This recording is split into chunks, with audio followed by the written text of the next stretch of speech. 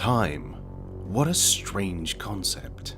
Even doing nothing, it still keeps chugging, enduring, despite our best efforts to pause and catch our breath.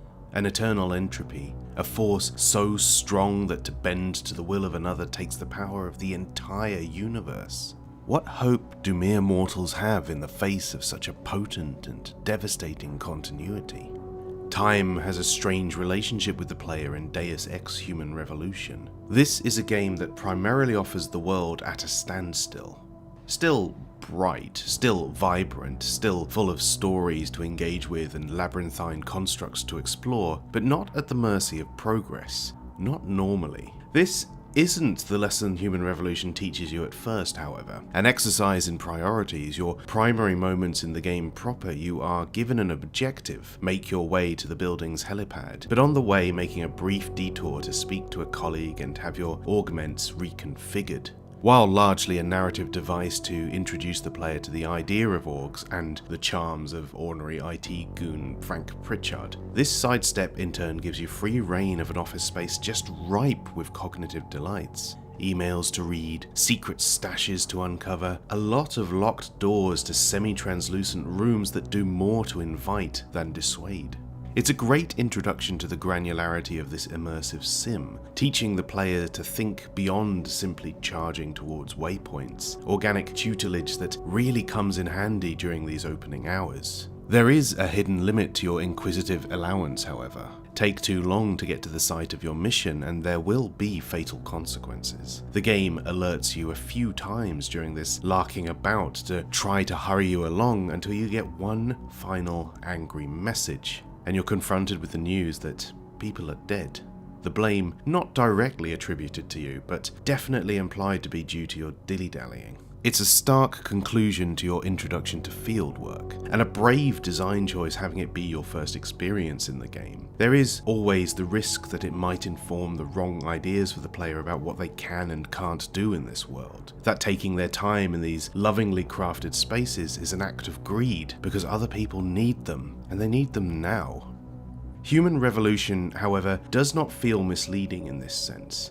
There are no lies or misrepresentations. Every moment of urgency is signposted. By being given ample time and warning of the game's more tempest-critical goals, I don't think anyone gets the impression that this is that kind of game. And it creates this wonderful rhythm throughout that allows for high-octane thrills and exploratory downtime in equal measure. Indeed, it is this downtime that ends up reinforcing the impact of the game's more drastic scenarios, establishing stakes both global and personal.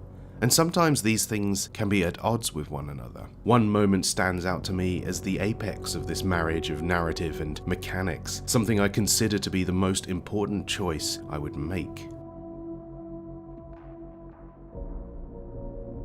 The setup here is important. Throughout your travels you are joined regularly by a pilot, Faridah Malik, a character not all that crucial to the plot, more a structural means of moving you between the two hubs of Detroit and Hengshire, and a few satellite dungeons in between. A lot of your interactions with her are optional, but showcase a character that is most definitely not one note. Conversations, although brief, detail a backstory and establish her as a person with strong ideals, a willingness to challenge your understanding of the world. An optional side quest during your first foray to Hengshire Island has her ask for your help dealing with an element of her past, and although not really relevant to this story, she has her own one being told in the accompanying novel by James Swallow, Fallen Angel. She's not nothing, is what I hope you've come to understand from these words. A figure far away from tabula rasa. However, in the context of this particular story, her actions and her motives are little more than an aside to a much bigger plot. It seems cruel to say that such a richly developed character doesn't matter, but therein lies the truth of why she works so well within the context of Human Revolution's fable. Despite having little involvement in the game's winding and complex narrative, she is a constant fixture during your time in the game. A chapter bookend and a companion that helps to ground you as you delve deeper into the conspiracy at the heart of this tale. And then she becomes something more.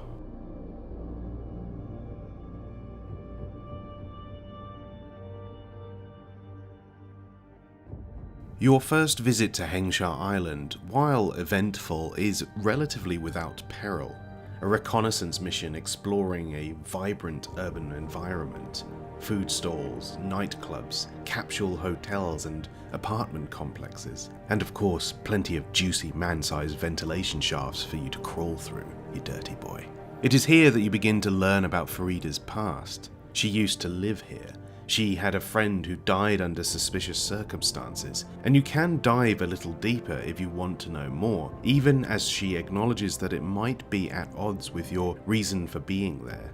It's a diversion that the player chooses to embark on, that a very specific kind of player will always gravitate towards. And while optional, there's a very real sense that this matters in a way that will come to define your relationship with the game as a whole. By this point, you will have established well what kind of playstyle you adhere to, what you are willing to compromise on, and what will result in reloading a save state. Some of this is dictated by your own skill and patience, while other instances will be governed by what abilities you choose to invest in with your precious praxis points, and what resources you are able to amass. Looking back on that first mission, the lessons taught in Blood were complemented also by a very direct choice you have to make regarding your starting equipment. Big guns to turn living bodies into flesh and gristle, or something smaller, quieter, and more likely to give them a gentle night's sleep. It doesn't lock you into this arsenal, but it's a clear prologue to developing a consistent playstyle throughout.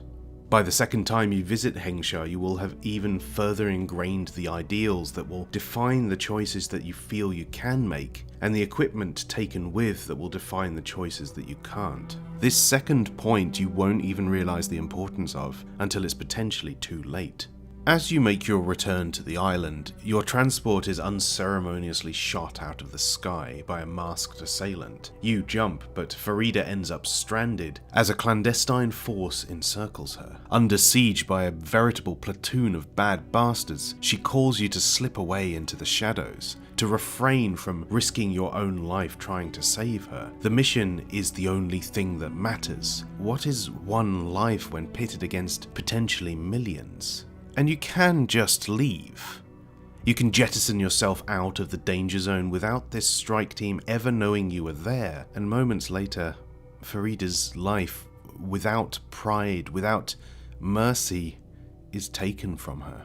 If you're anything like me, this does not sit right. On my first playthrough, I did what I was told. She died so that I could live to finish the fight. But I could never bring myself to carry on, rattling through my head a number of questions. Why is it her sacrifice? Why should she shoulder the burden of my sins? What is the actual cost of breaking my own personal rules of play just this once, to do everything in my power to rescue her from the claws of death? So I reloaded my save, and got out my biggest, loudest, nastiest gun, and bellowed to the heavens, "Not today, Lord."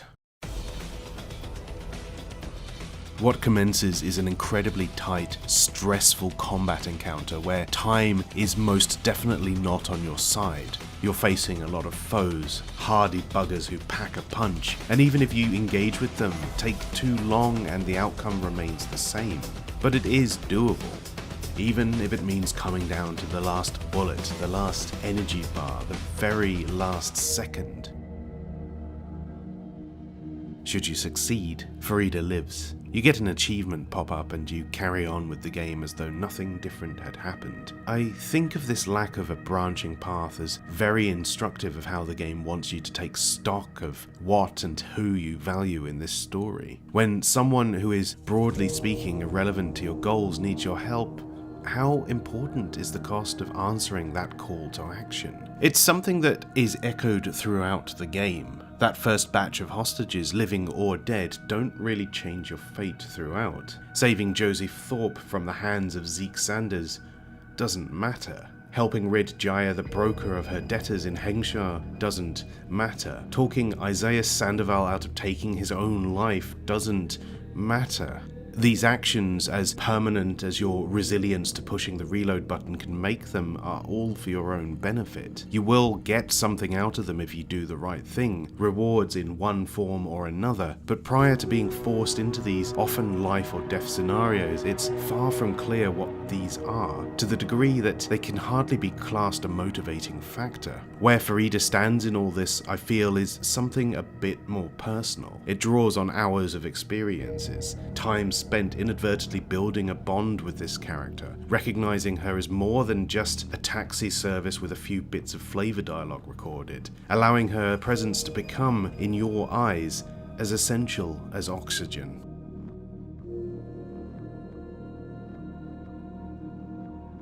Why I think of this sequence as Human Revolution's most important moment is that it speaks to me about how choice manifests in games.